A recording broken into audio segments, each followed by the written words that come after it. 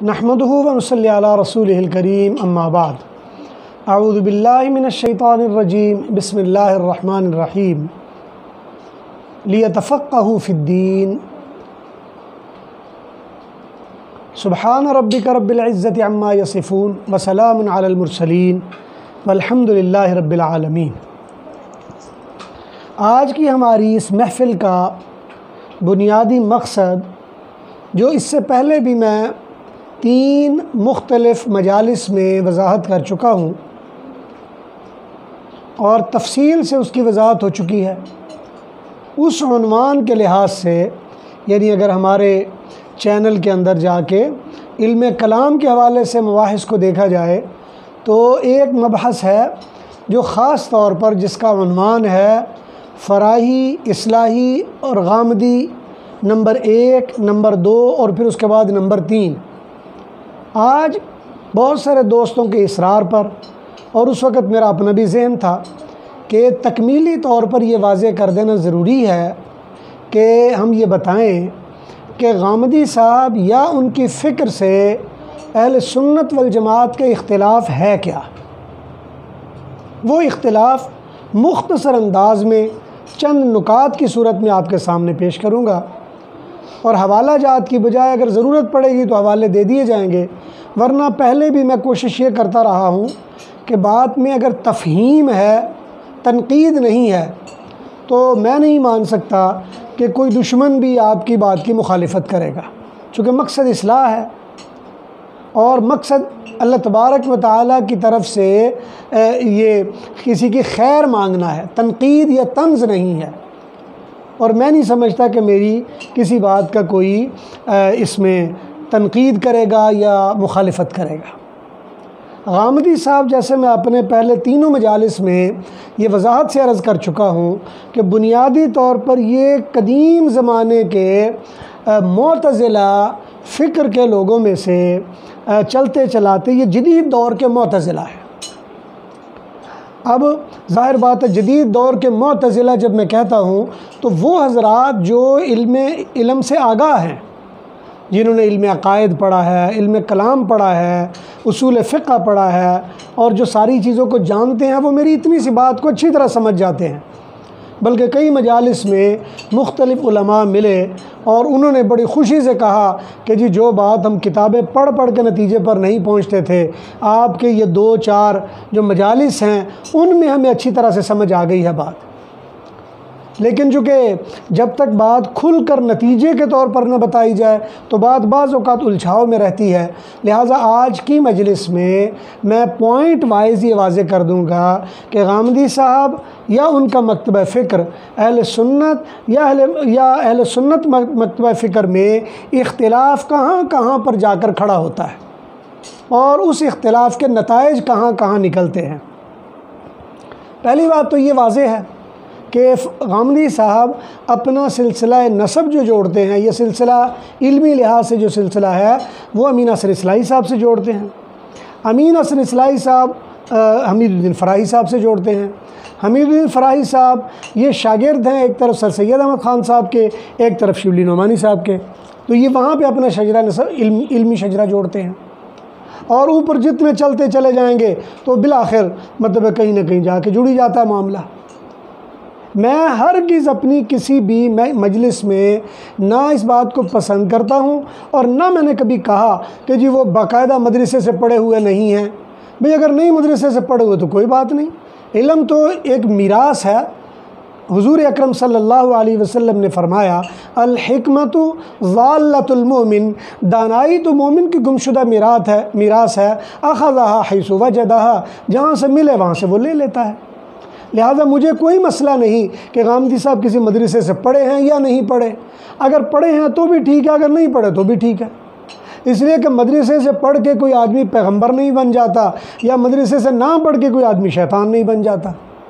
یہ کوئی بڑائی والی بات نہیں ہے۔ اس لیے مجھے کوئی اس سے مسئلہ نہیں ہے کہ غامدی صاحب کی تعلیم کتنی ہے،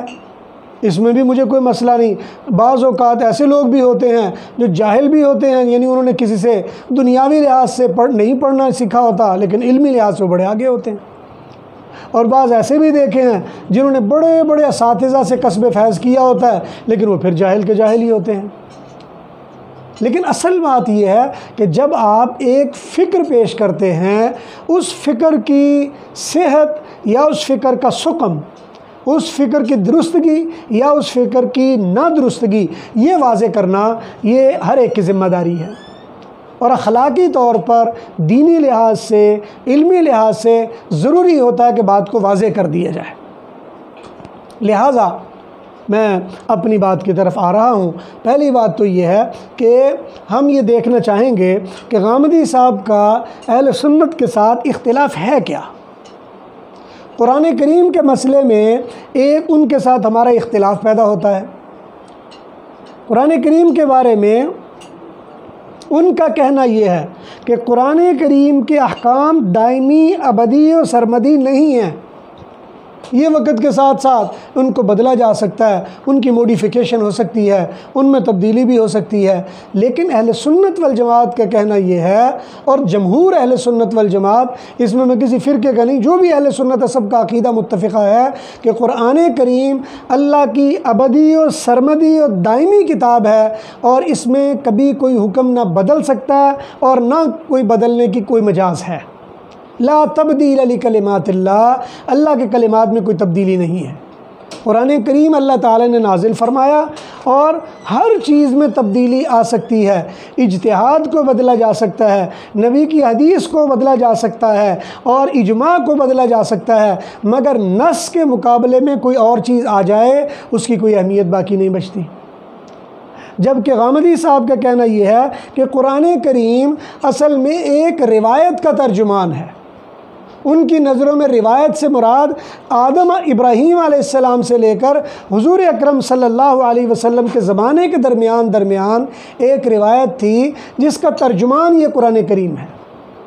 اور ان کا کہنا یہ ہے کہ قرآن کریم اس روایت کی ترجمانی کر رہا ہے، لہٰذا روایت میں تبدیلی اور ترمیم اور اضافہ اور کمی ہو سکتی ہے، لہٰذا قرآن کریم کے مفہوم اور ان کے احکامات میں بھی کچھ نہ کچھ تبدیلی اور ترمیم اور اضافہ ہو سکتا ہے۔ اسی سے جڑتا ہوا ایک اور اصول نکل آتا ہے، وہ یہ کہ غامدی صاحب کا کہنا یہ ہے کہ سنت یا روایت اس کا تعلق ابراہیم علیہ السلام کے ساتھ ہے، حضور اکرم صلی اللہ علیہ وسلم کا سنت اور روایت سے کوئی تعلق نہیں۔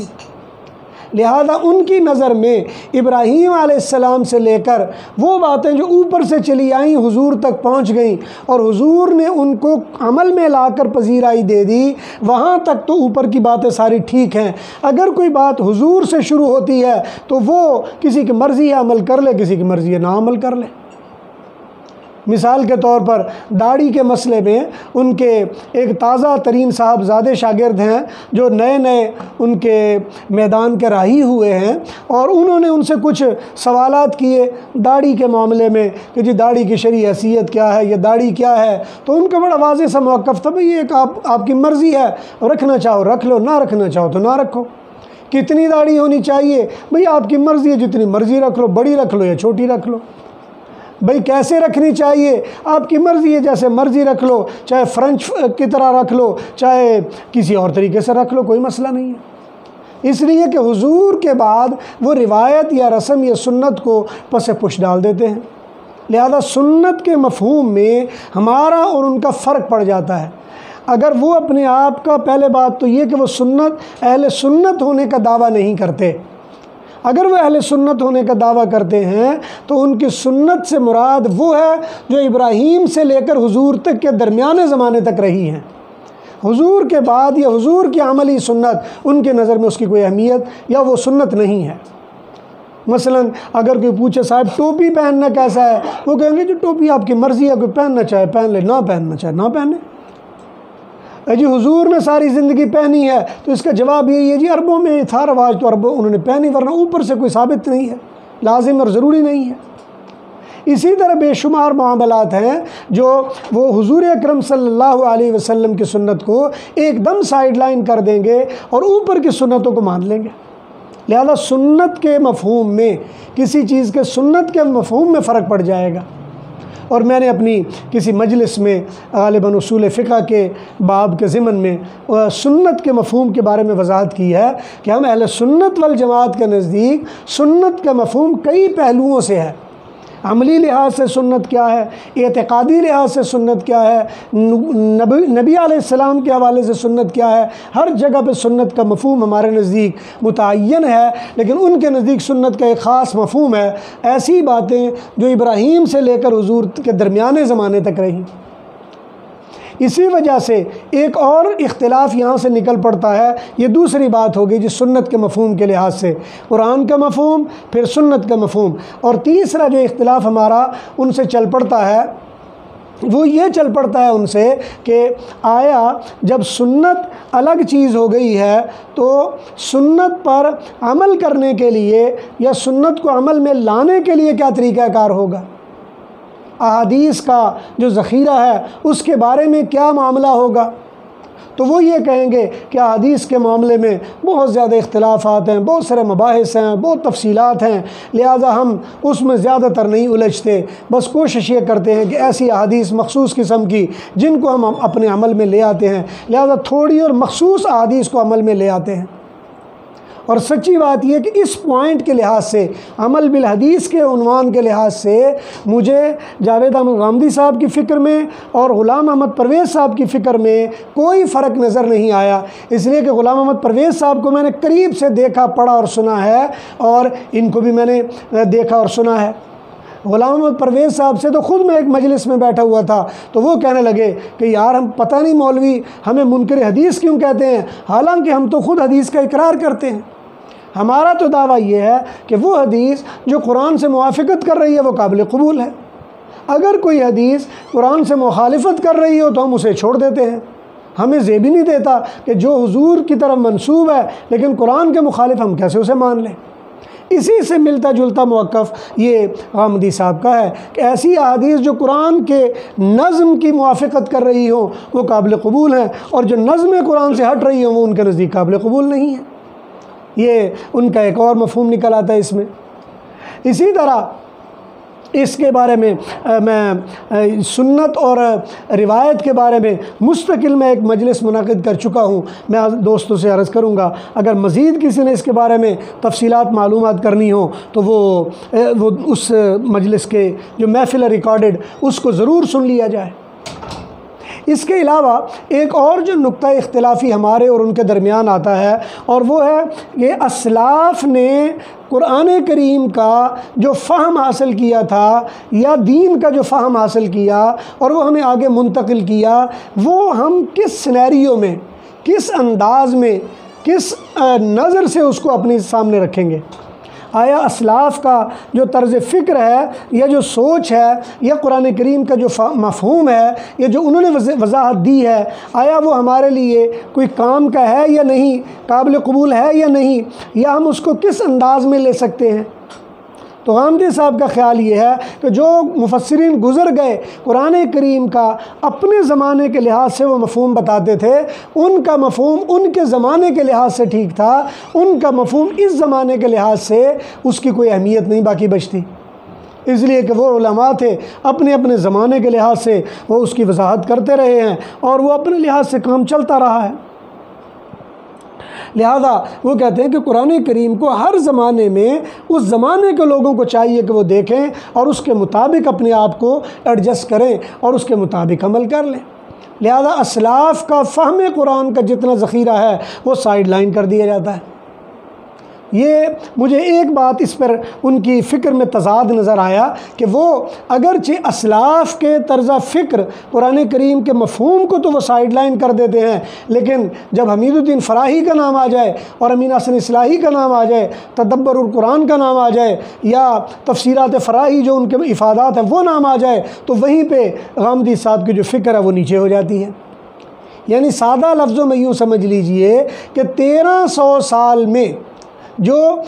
قرآن کے فہم کی فکر اسلاف نے دی ہے وہ قابل استدلال اور قابل دلیل اور قابل حجت نہیں، البتہ حمید الدین فراہی، امین حسن اصلاحی نے جو فکر اور فہم قرآن کے حوالے سے دی ہے وہ قابل قبول ہے۔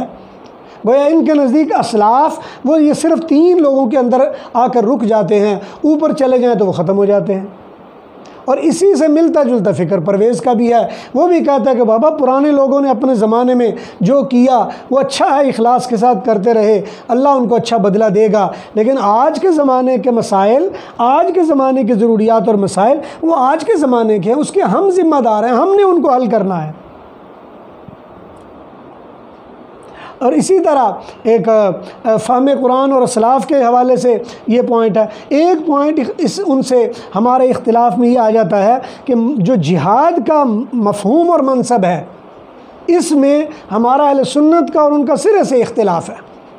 ہم یہ کہتے ہیں کہ حدیث مبارکہ ہے کہ الجہاد ماضٍ الی یوم القیامہ، قیامت تک جہاد کا عمل جاری و ساری رہے گا۔ ان کا کہنا یہ ہے کہ نہیں، جہاد ریاستی ایک ٹول ہے یا ریاستی چیز ہے، جب ریاست کہے گی تو جہاد ہوگا اور ریاست نہیں کہے گی تو جہاد نہیں ہوگا۔ اس لیے جو جہاد ہے وہ ریاست کی چابی ہے یا ریاست کے ہاتھ میں ہے، اس میں کسی اور کا کچھ لینا دینا نہیں ہے۔ اسی طرح ایک اور مفہوم ہے جس میں ہم اور ان کے درمیان بالکل الگ ہو جاتے ہیں۔ ہمارا نقطہ نظر یہ ہے اہل سنت والجماعت کا، ہم یہ کہتے ہیں کہ جو اللہ تعالیٰ نے فرمایا هو الذی ارسل رسولہ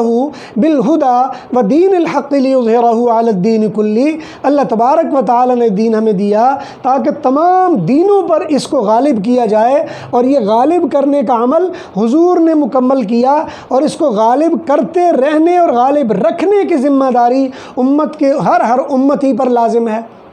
جبکہ غامدی صاحب کا کہنا یہ ہے کہ بھئی جہاد غالب ایک بار ہو چکا، قرآن کا حکم پورا ہو گیا ہے، اب جہاد کے غلبے، یہ جہاد کے غالب آنے کی باتیں، یہ ایک یوٹوپیائی فکر ہے یا ایک تخیلاتی تصور ہے، اب اس میں پڑے رہنا یہ تو ایسے ہی اپنے آپ کو ہلکان کرنے کے مترادف ہے۔ لہٰذا ان کا کہنا یہ ہے کہ اب مسلمانوں کو غلام بن کر، رعایا بن کر رہ کر زندگی گزارنے کا طریقہ اور گر سیکھنا چاہیے۔ اب مسلمانوں کو سیکھنا چاہیے کہ مغلوب کیا ہوتا ہے اور مطیع کیا ہوتا ہے اور فرمانبرداری سے کس طرح سے کام چلتا ہے۔ تو یہ ایک نقطہ نظر ہے جو ان کے اور ہمارے درمیان بالکل فرق کر دیتا ہے۔ ہم سمجھتے ہیں کہ دین کو غالب کرنا ہے، اس کا الگ ایک عمل ہے، اور یہ غالب کرنے کا عمل ہر امتی اس کا مخاطب ہے۔ قرآن کریم کی کوئی آیت ہماری نظر میں وہ منسوخ نہیں ہے، لیکن ان کی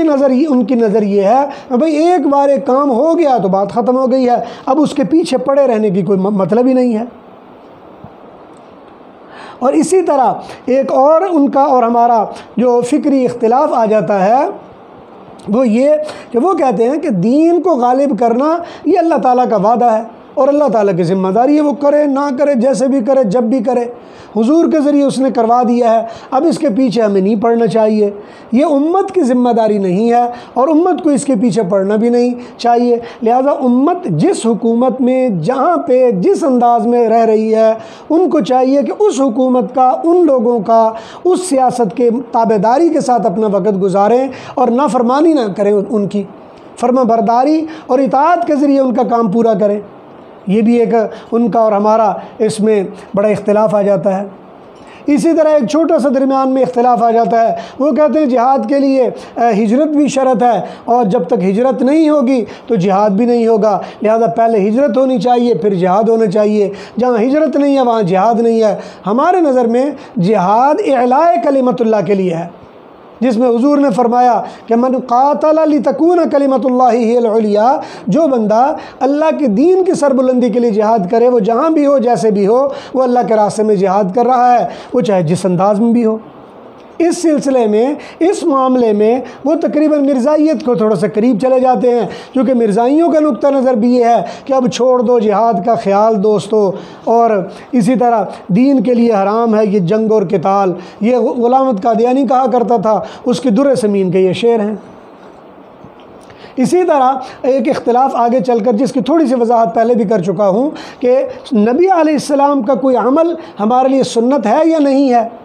ہمارے اور غامدی صاحب کی فکر میں یہ بڑا اختلاف ہے۔ وہ یہ کہتے ہیں کہ حضور کا کوئی عمل ہمارے لیے سنت یا کسی لحاظ سے بھی اہمیت کا مقام نہیں رکھتا ہے۔ حضور کا کام تھا ہمیں دین پہنچانا، حضور نے دین پہنچا دیا ہے۔ اب حضور کی ذات کے لحاظ سے کسی چیز پر پابندی کرنا ہمارے اوپر لازم نہیں ہے، جبکہ ہمارا نقطہ نظر یہ ہے کہ حضور کی سنت اور حضور کے بعد حضور کے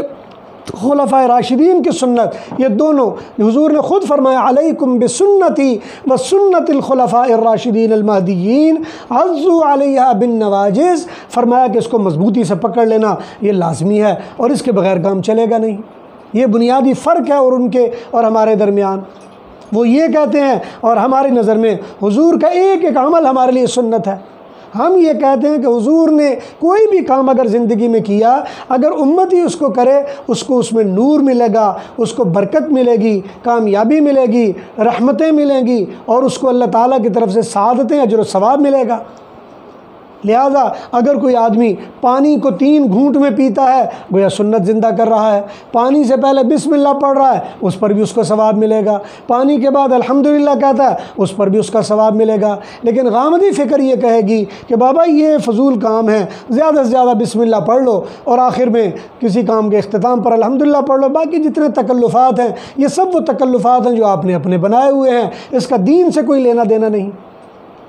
غامدی صاحب کی فکر سے یہ نتیجے نکلتے ہیں جس کی وجہ سے ہمارے اور ان کے درمیان اختلاف ہوتا ہے۔ ہم یہ کہتے ہیں کہ کوئی بھی آدمی جو زندگی گزار رہا ہے وہ پیدا ہونے سے مرنے تک اس کے لیے ایک طرز اور ایک انداز ہے زندگی گزارنے کا۔ اگر وہ اس کے مطابق اپنے آپ کو ڈھالتا چلا جائے گا، اس کی زندگی عبادت بن جائے گی۔ اس کا سونا، اس کا کھانا، اس کا پینا اور اس کے ایک ایک عمل اس کے لیے عبادت بن جائے گا اگر حضور کے طریقے کو سامنے رکھ کر کرے گا۔ جبکہ غامدی صاحب یہ کہیں گے کہ یہ بلا وجہ کا لوگوں پر بوجھ ڈالنا ہے اور اس بوجھ میں ڈالنے کی ضرورت نہیں۔ بس ٹھیک ہے، جب نیند آئے تو سو جانا چاہیے۔ ہر بندے کو پتہ مجھے اپنے آرام کے لیے، راحت کے لیے، سکون کے لیے کیسی جگہ اور کیا طریقہ ہونا چاہیے، جس سے بھی اس کو راحت زیادہ ملے وہ اس کے لیے زیادہ اچھا ہے۔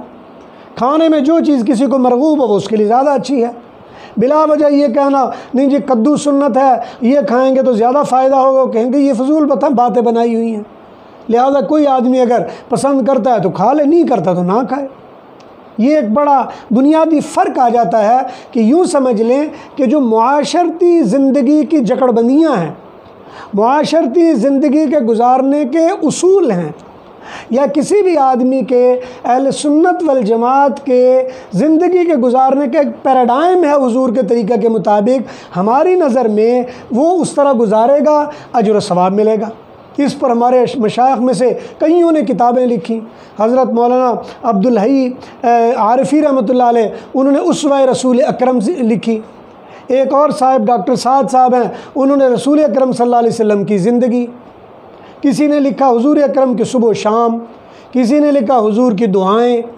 کسی نے حضور علیہ السلام کی اسی طرح دوسری چیزیں،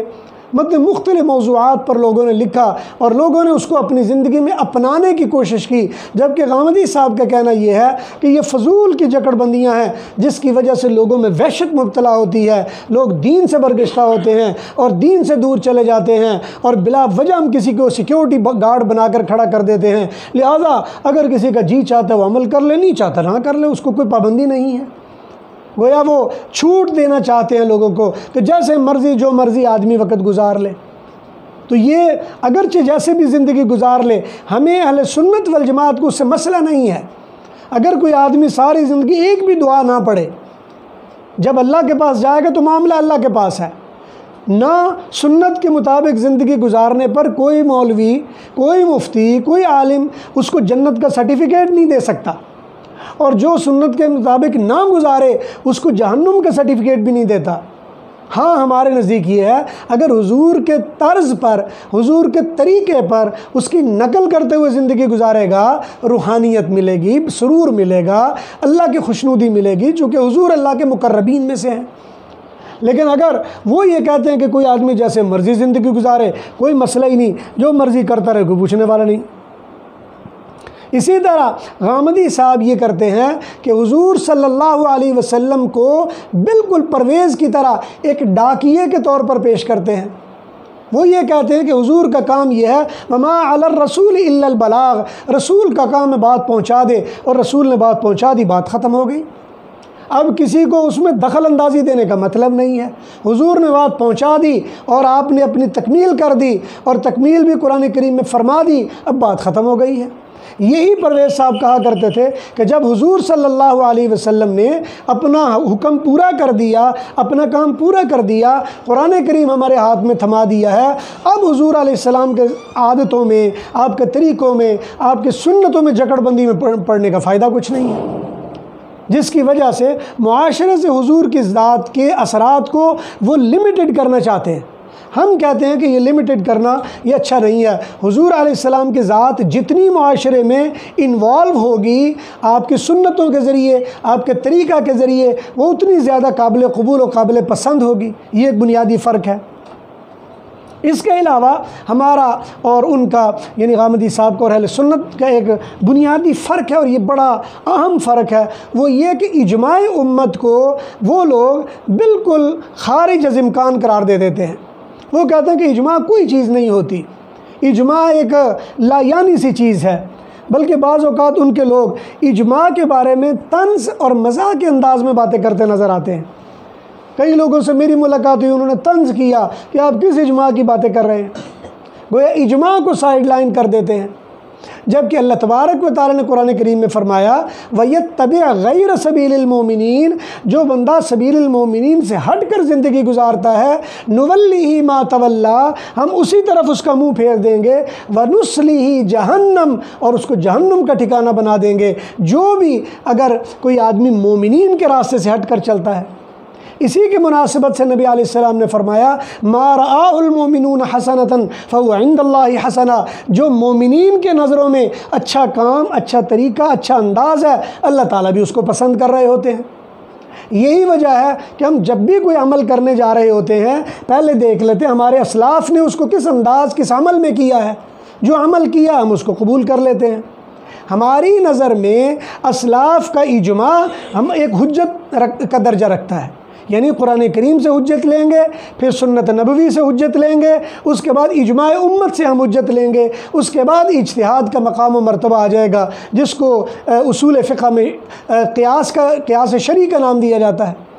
جبکہ غامدی صاحب کا کہنا یہ ہوگا کہ قیاس تو ٹھیک ہے، وہ ہونا ہی چاہیے، لیکن ان کی نظروں میں قیاس شرعی کی کوئی اہمیت، کوئی چیز نہیں۔ ہر ایک صاحب علم کا حق ہے کہ وہ قیاس کر لے، لیکن اجماع تو کوئی چیز ہے ہی نہیں ان کی نظروں میں،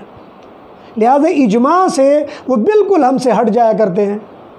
ہمارے اسلاف میں سے کئی بزرگوں نے یہ بات لکھی ہے کہ اہل سنت والجماعت کی نشانیوں میں سے یہ نشانی ہے کہ وہ ادلہ اربع کو مانتا ہو، وہ مانتا ہو کہ کتاب اللہ ہے، وہ مانتا ہو کہ سنت رسول ہے، وہ مانتا ہو کہ اجماع امت ہے، وہ مانتا ہو کہ قیاس شرعی ہے۔ ان چار چیزوں کو مانتا ہو تو سمجھا جائے گا اہل سنت ہے۔ ایک سے بھی اگر وہ نکل جاتا ہے، وہ قیاس شرعی یا اجتہاد سے نکل جائے، یا اجماع سے نکل جائے، یا سنت سے نکل جائے، تو وہ اہل سنت سے باہر چلا جاتا ہے، اس کا اہل سنت سے تعلق نہیں رہتا۔ اسی وجہ سے میں نے اپنی پورے تحقیق جو اپنی 3 مجالس میں بیان کی، یہ معتزلہ فکر کے لوگ ہیں، چونکہ اجماع کو یہ بالکل مانتے نہیں، اور معتزلہ بھی اجماع کو نہیں مانتے تھے۔ اسی طرح جو عقلی دلائل کے لحاظ سے اجماع کا پہلا نمبر ہے، ہماری نظر میں عقلی معاملات میں اجماع کا پہلا نمبر ہے، وہ کہتے ہیں نہیں، عقلی معاملات میں عقل کا پہلا نمبر ہے۔ یہ ایک بنیادی فرق آ جاتا ہے، اس لیے کہ اجماع کہتے ہی اس عمل کو ہے کہ جب کوئی بات کتاب اللہ میں نہ ملے، جب کوئی بات سنت رسول میں نہ ملے، اس کے بعد جو بات آئے گی وہ اجماع کا روپ اختیار کرے گی۔ اور اس میں حضرت معاذ بن جبل رضی اللہ تعالیٰ عنہ کی مشہور حدیث ہے، جب ان کو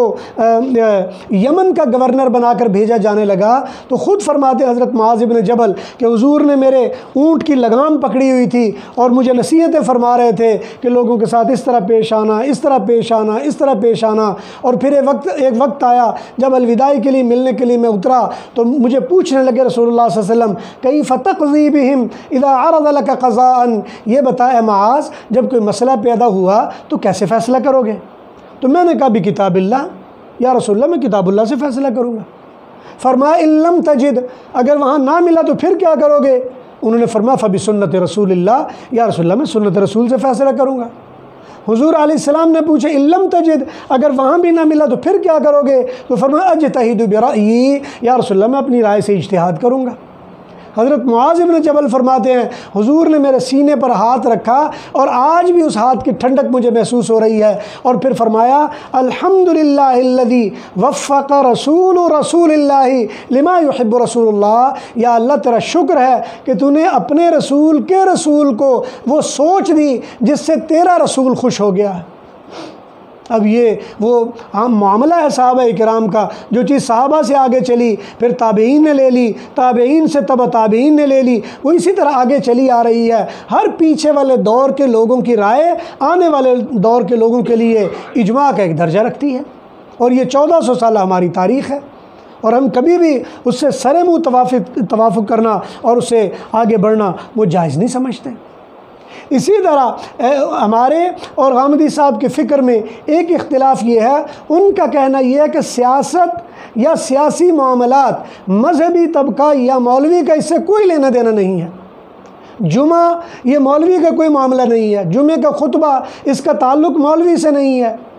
لوگوں کے معاملات اس کا تعلق مولوی سے نہیں ہے۔ مولوی کا بس معاملہ یہ ہے کہ ریاست جس طرح کہے وہ اس طرح سے عمل کر لیں، ریاست کی خلاف ورزی کرنا یہ حرام قرار دے دیتے ہیں۔ اور یہی وجہ ہے کہ ایک مرتبہ میرا اور ان کا جب سیاست کے حوالے سے ایک مذاکرہ ہوا، اس کا کلپ بھی جو اس زمانے میں جیو ٹی وی پر میرا ان کا بڑا لمبا مذاکرہ ہوا، یہی موضوع تھا کہ سیاست میں کس کا مقام و مرتبہ ہوگا، تو بڑی تفصیلات تھی اس میں، اور وہ اس کا کلپ بھی مطلب جیز کے کسی نہ کسی ویب سائٹ پہ مل جاتا ہے۔ الف کا پروگرام ہوا کرتا تھا، یا شاید غامدی نام کا پروگرام تھا، غامدی، اور اس میں میں گیا تھا، تو جمہوریت کے حوالے سے ان کا میرا مذاکرہ ہوا، اور وہاں بھی میں نے ان کو واضح کیا کہ بات یہ ہے کہ علماء کو اللہ نے مقام دیا ہے فیصلہ کرنے کا، علماء دین کے چوکیدار ہیں۔ حکمران یا سیاستدان اگر دین سے برگشتہ ہو جائیں گے تو علماء ان کی اطاعت کرنے پر نہ پابند ہیں اور نہ لازم ہیں، اور ان کا نقطہ نظر اس سے بالکل ہٹ کے ہے۔ وہ کہتے ہیں جی علماء کا کوئی لینا دینا ہے نہیں سیاست میں، علماء کو چاہیے بس جیسے حکمران کہیں ویسے کر گزرے۔ یہی وجہ پچھلے دنوں ان کا لطیفہ بڑا مشہور ہوا، جب انہوں نے جو موجودہ ہمارے عارف الوی صاحب ہیں اور ان کو مخاطب کر کے کہا کہ عارف الوی صاحب میں آپ کو یہ کہتا ہوں کہ یہ آپ کا منصب ہے کہ آپ کہیں پہ جمعہ پڑھائیں اور سارے لوگ آپ کا جمعہ دیکھ کر آپ کو فالو کرتے ہوئے اپنی اپنی مسجدوں میں جمعہ پڑھائیں۔ اب وہ پتہ نہیں عارف الوی صاحب نے تو ان کی بات نہیں مانی، البتہ مذاق اچھا خاصا بن گیا۔ اسی طرح ہمارا اور ان کا معاملہ مختلف ہی یہاں سے بھی ہو جاتا ہے، جب کوئی بندہ حضور اقدس صلی اللہ علیہ وسلم کو گالی دیتا ہے، حضور کی توہین کرتا ہے، تو اس کا مقام و مرتبہ کیا ہے؟ ہم کہیں گے کہ یہ حدود کا معاملہ ہے، جو حضور کی شان میں گستاخی کرے گا یا جو شخص حضور اکرم صلی اللہ علیہ وسلم کی توہین کرے گا وہ واجب القتل ہے، اور وہ یہ کہتے ہیں کہ نہیں واجب القتل کرنا، یہ کہنا یہ زیادتی ہے، ہر آدمی کا اپنا ہے، وہ اگر حضور کو حضور نہیں مانتا اور برا کہہ لیتا تو اس میں کیا مسئلہ ہے، ہمیں چاہیے کہ ان کو سمجھایا جائے۔ لیکن میں عرض کرتا ہوں ہم تمام اہل سنت والجماعت کے نزدیک حضور کی ذات اس دور میں تقریباً اہل سنت کا اتفاق ہے کہ حضور اقدس صلی اللہ علیہ وسلم کی شان وہ ایسی ہے کہ کوئی آدمی اگر اس کی توہین کرتا ہے تو علی الاطلاق بغیر کسی قید کے اور بغیر کسی معاملہ کے تحقیق ہو جانے کے بعد وہ شخص واجب القتل ہے۔ یہ ان کے اور ہمارے درمیان بڑا فرق آ جائے گا۔ وہ کہیں گے کہ جناب لوگوں کو چونکہ آپ تو حضور کو حضور مانتے ہیں، وہ تو نہیں مانتے، اور جو نہیں مانتے وہ اگر گالی دیتے ہیں تو آپ ان کو کیوں قتل کریں گے؟ ہم یہ کہتے ہیں کہ پوری امت وہ جو دنیا میں وہ چاہے حضور پر ایمان لائے چاہے حضور پر ایمان نہ لائے، وہ حضور کی امت کے درجے میں ہے، کیونکہ قرآن کریم میں اللہ نے فرمایا انی رسول اللہ الیکم جمیعا، مجھے تم سب کی طرف رسول بنا کر بھیجا گیا ہے۔ لہٰذا اگر اختلاف کوئی کرتا ہے تو ہمیں اس سے کوئی مسئلہ نہیں ہے۔ اگر کوئی عیسائی یا حضور پر ایمان نہیں لاتا ہم اس سے کوئی مسئلہ نہیں ہے، یہودی ہے ایمان نہیں لاتا ہمیں کوئی مسئلہ نہیں ہے، کوئی بدھ مت ہے ایمان نہیں لاتا ہمیں مسئلہ نہیں ہے، اگر کوئی اور ہے اگر وہ ایمان نہیں لاتا ہمیں کوئی مسئلہ نہیں۔ لیکن اگر کوئی بندہ ایمان نہ لانا تو الگ بات ہے، کھڑے ہو کے گالی دینا شروع کر دے گا پھر تو ہمیں مسئلہ پیدا ہوگا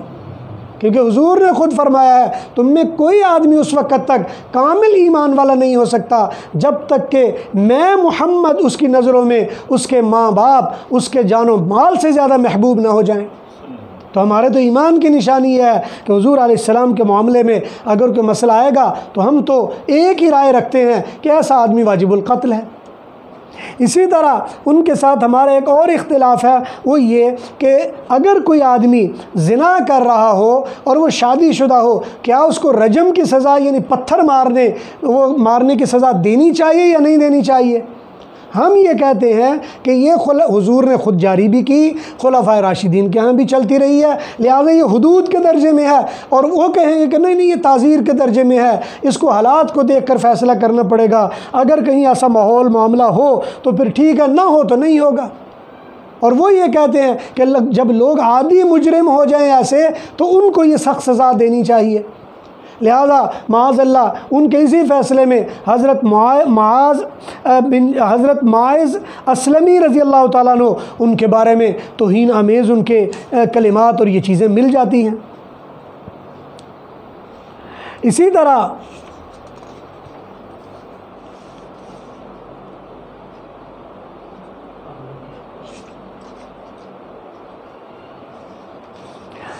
یہودیوں کے بارے میں ہمارا ان سے ایک اختلاف شروع ہو جاتا ہے۔ وہ یہ کہتے ہیں، اور ان کے مکتب فکر میں یہ بات عام ہے، اور یہ بات میں دکھ سے کہہ رہا ہوں، ہمارے بہت سارے صاحبزادے، بہت سارے اہل علم کے بچے وہ اس گمراہی میں پڑ گئے ہیں، اور وہ یہ سمجھنے لگ گئے ہیں کہ جو اسرائیل ہے یا فلسطین یا بیت المقدس یہ یہودیوں کا حق ہے۔ میں سمجھتا ہوں کہ یہ اتنی بڑی گمراہی ہے کہ جو کسی لحاظ سے بھی قابل قبول نہیں ہے۔ یہ بات جو آج ہم بیٹھ کے کر رہے ہیں، 70 سال سے فلسطین کے لوگ اپنا خون بہا رہے ہیں اپنی زمین کے لیے اور اس مسجد کے لیے۔ اگر یہ رائے قائم کر لی جائے تو میرا سوال یہ پیدا ہوگا کہ بتائیے صلاح الدین ایوبی نے جو صلیبی جنگیں کیں وہ کس کھاتے میں کیں؟ اتنے لوگوں کو مروایا وہ کس کھاتے میں مروایا؟ اس لیے یہ بڑے آرام سے کہہ دینا وہ جی بیت المقدس ان کا ہے اور سارا ان کا، بنیادی طور پر فری میسنری فکر یا زائنزم کے انداز میں یہ فکر ہمارے مسلمانوں میں پینیٹریٹ ہوتی چلی جا رہی ہے۔ غامدی صاحب کے مکتب فکر میں یہ چیز پائی جا رہی ہے، اور اسی طرح بہت سارے دوسرے لوگ ہیں جو اس فکر کو لے کر آگے بڑھ رہے ہیں کہ جی ہمیں یہودیوں سے نفرت نہیں کرنی چاہیے۔ بھئی یہاں تک تو بات ٹھیک ہے کہ یہودیوں سے نفرت نہیں کرنی چاہیے، لیکن اگر نتیجہ یہ نکالا جائے کہ جی فلسطین ان کو دے دینا چاہیے، بھئی کیوں دے دینا چاہیے؟ بیت المقدس ان کے حوالے کر دینا چاہیے، کیوں کر دینا چاہیے؟ اگر اس لیے کرنا چاہیے کہ انہوں نے قبضہ کیا ہوا ہے اور پہلے انہی کا تھا اور سلیمان اور داود کے وہ ماننے والے ہیں، تو کیا خیال ہے پھر مدینہ طیبہ بھی ان کے حوالے کر دینا چاہیے؟ ان کے خیبر کے قلعے جو 12، 13، 14 وہ تو آج بھی وہاں پہ موجود ہیں، اور آج بھی وہاں جو آثار قدیمہ کی سیریں کرنے جاتے ہیں وہ مدینہ کے قریب وہ خیبر کے قلعے موجود ہیں، ان کے حوالے کر دینے چاہیے۔ وہ تو آج بھی دعوے دار ہیں آپ کے بیت اللہ کے بارے میں کہ وہ کہتے ہیں کہ جناب یہ بیت اللہ تو ہمارا ہے، ابراہیم علیہ السلام نے اس کی بنیاد رکھی، یہ بھی ان کے حوالے کر دینا چاہیے۔ بھائی پھر صرف بیت المقدس کے بارے میں کیوں پریشان ہے؟ پھر تو بیت اللہ بھی ان کو دے دینا چاہیے، مسجد نبوی بھی اور مدینہ بھی ان کے حوالے کر دینا چاہیے۔ بلکہ میں تو اس سے بھی آسان مشورہ دوں گا، اتنی پریشانی کی ضرورت نہیں۔ یہودیوں میں ایک ایسا فرقہ موجود ہے جو حضور اکرم صلی اللہ علیہ وسلم کو سچا نبی سمجھتا ہے، اور یہ ہمیشہ سے رہا ہے، اب بھی موجود ہے، لیکن ان کا کہنا یہ ہے کہ حضور اکرم صلی اللہ علیہ وسلم سچے نبی ہیں، لیکن یہ مبعوث ہمارے لیے نہیں ہوئے، یہ عربوں کے لیے مبعوث ہوئے ہیں، اس لیے ہم ان پر ایمان نہیں لاتے۔ جب یہودیوں میں ایسا طبقہ موجود ہے وہ یہ کہتا ہے کہ حضور عربوں کی طرف آ گئے ہیں اور آپ بھی اسی سے ملتی جلتی فکر پیش کر رہے ہیں، آپ کا بھی کہنا یہ ہے کہ ابراہیم علیہ السلام سے لے کر حضور کے درمیان والا زمانہ وہ ہمارے لیے حجت اور پرائم زمانہ ہے، تو پھر آپ بھی اسی رنگ میں رنگے ہوئے ہیں، تو آپ بھی اگر اس کو اختیار کر لیں گے تو کیا فرق پڑ جائے گا؟ لیکن ہم اہل سنت والجماعت کا کہنا یہ ہے کہ سچی بات یہ ہے، قرآن کریم میں اللہ نے فرمایا ان الارض للہ یورثها من یشاء من عبادی، زمین تو بابا اللہ کی ہے، جس کو اللہ وارث بنا دیا کرتے ہیں۔ تو اس لیے یہ چند ایک فرق تھے جو فکری لحاظ سے میں آپ حضرات کی خدمت میں پیش کر رہا تھا۔ اس میں بہت سارے حوالہ جات ہیں، اگر کسی چیز کا حوالہ چاہیے ہو تو آپ مہربانی فرما کر کومنٹ میں آپ مطالبہ کیجئے، میں انشاءاللہ اس کا حوالہ آپ کو وہاں پہ دے دوں گا۔ لیکن چونکہ عمومی جب بات ہو تو وہاں اتنے حوالوں سے اور ایسی بات کرنا ذرا مشکل ہوتا ہے، اس لیے خاکے کے طور پر یہ چوتھی مجلس ہے جو مطلب فراہی، اصلاحی اور غامدی کے حوالے سے ہے، اور میں امید کرتا ہوں اللہ تبارک و تعالیٰ سے کہ جو باتیں کہی گئی ہیں امید ہے اللہ تبارک و تعالیٰ اس میں اخلاص کے ساتھ قبولیت نصیب فرمائے گا اور لوگوں کے لیے رہنمائی کا ذریعہ بنائے گا۔ وآخر دعوانا الحمدللہ رب العالمین۔